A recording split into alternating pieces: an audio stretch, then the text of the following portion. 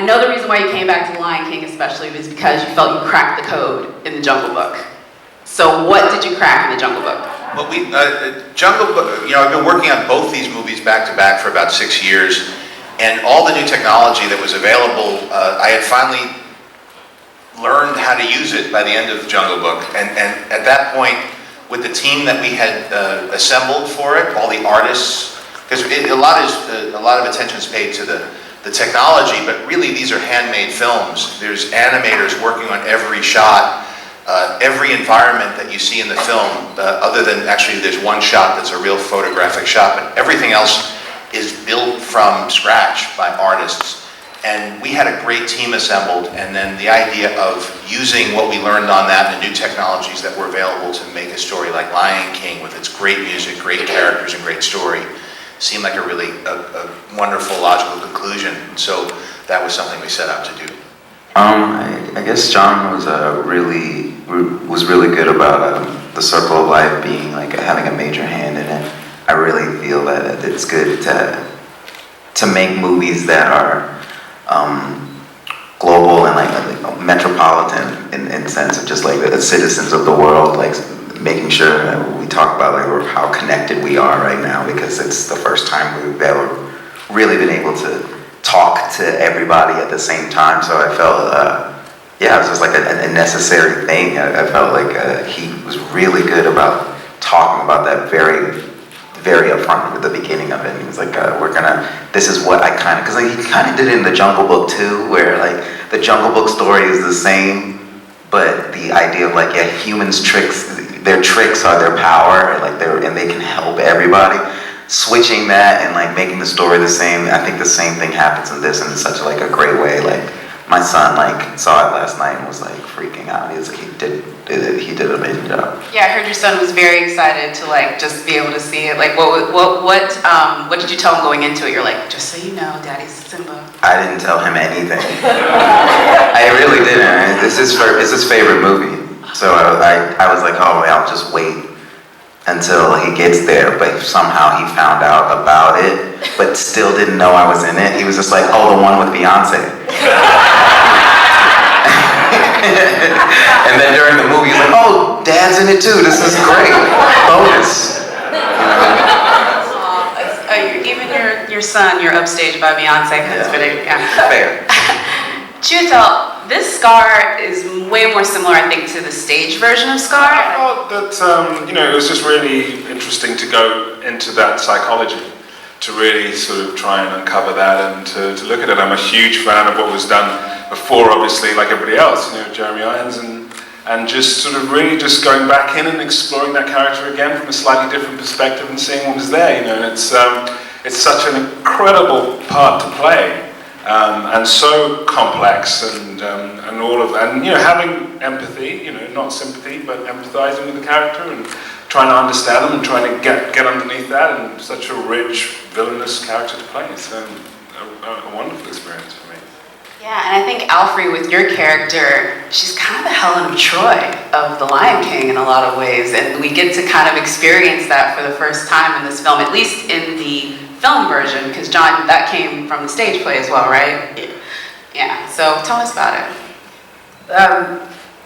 It is called The Lion King, but everyone knows that the lionesses are actually the rulers, the protectors, the nurturers, the hunters of the pride. And so Jon was able to give us the space to be that. One of the first encounters I had with wildlife was maybe almost 40 years ago in a concert, and it was happening upon the lionesses, and you could hear the king in the distance. He was coming, but they were sitting and we were a little close to them, and I've never felt more afraid and more attracted at the same time that I realized, I think that is the mother thing in most women and in some men, is that, at the same time you suckle, but you also, you will eliminate anything that comes close to endangering those cubs. So I just sat in that and I did whatever Jon told me to do. Jon, you created a VR game, right? For everyone to sort of play around with? Well, we actually built, that was one of the big differences between this and Jungle Book. And Jungle Book, we were essentially using the same motion capture technology for performers and cameras as had been developed 10 years prior for Avatar. But towards the end of that, there was a whole slew of VR, consumer-facing VR products that were hitting the scene. And we started experimenting with it at the end of Jungle Book and realized that we could build this really cool system of filmmaking using game engine technology and this new VR technology. And so we essentially were writing code as we were going for a multiplayer VR filmmaking game. And that way I could bring in people who don't have any background in visual effects. We would design the entire environments. We took all the recordings that we had from the actors. We would animate within the game engine, in this case it was Unity, and the crew would be able to put on the headsets, go in, scout, and actually set cameras within VR. And whenever anybody visited, I would pop them into the equipment. Did you all play the video game? Yeah. Oh, some of y'all. Yes. Oh, everyone? Awesome. Okay, so JD, you grab mic, so tell us about the video game. It's so cool. It's like watching your favorite movie, but everything, like you're in it. You're in the movie. That's exactly what it was. That's exactly what it was. You did an amazing job with this. So it's me and Shahadi, Mr. Favreau. Yeah. We put on the headsets. We had these little controller things in our hands, and We could fly. Yeah, we could fly. It was like we were Zazu. We were birds. We were whatever we wanted to be. And we saw everything. We saw the Pride Lands. We saw Pride Rock. We saw the watering hole. We saw the elephant graveyard. We saw it all, man. And it was so cool. It was so cool. I mean, after that ringing endorsement, when does this hit show? How much was you and how much did y'all just pull out as you were going through it? You want to start? Yeah, okay, I'll start. Okay, great. Never gonna live this down. Okay, it was a lot of improvisation, right, Yeah. Billy? It was what was so nice, and we were actually together every time that we recorded, which is a very rare gift to have as a someone who's trying to be funny in an animated film, which I've done a lot, and you're often just alone in there.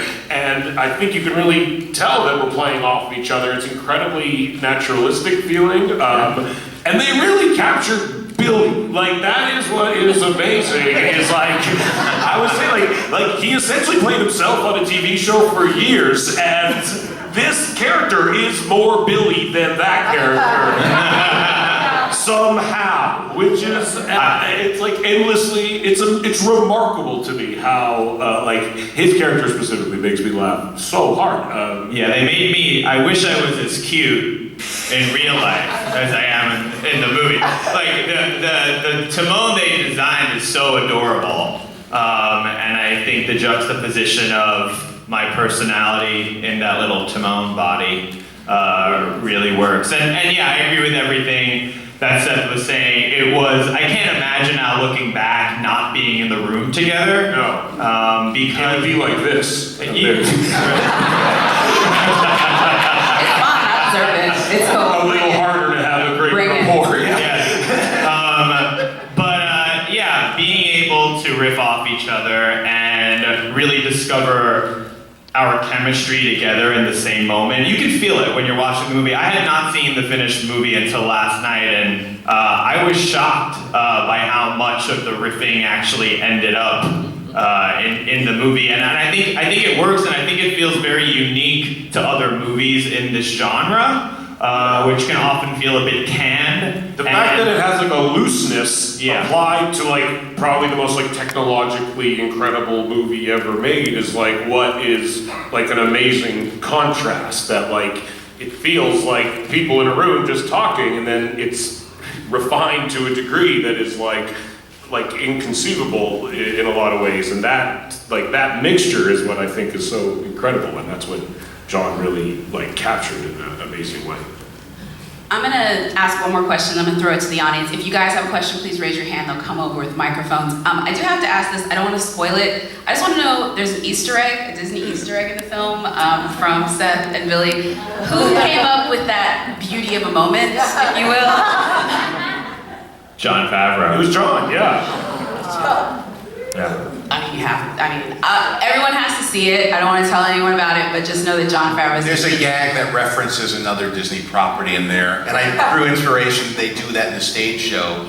They threw in the joke about Frozen in there that must have happened after Frozen came on Broadway, and so we kind of doffed the cap to another live-action adaptation of a Disney animated classic in the film. It was absolutely amazing.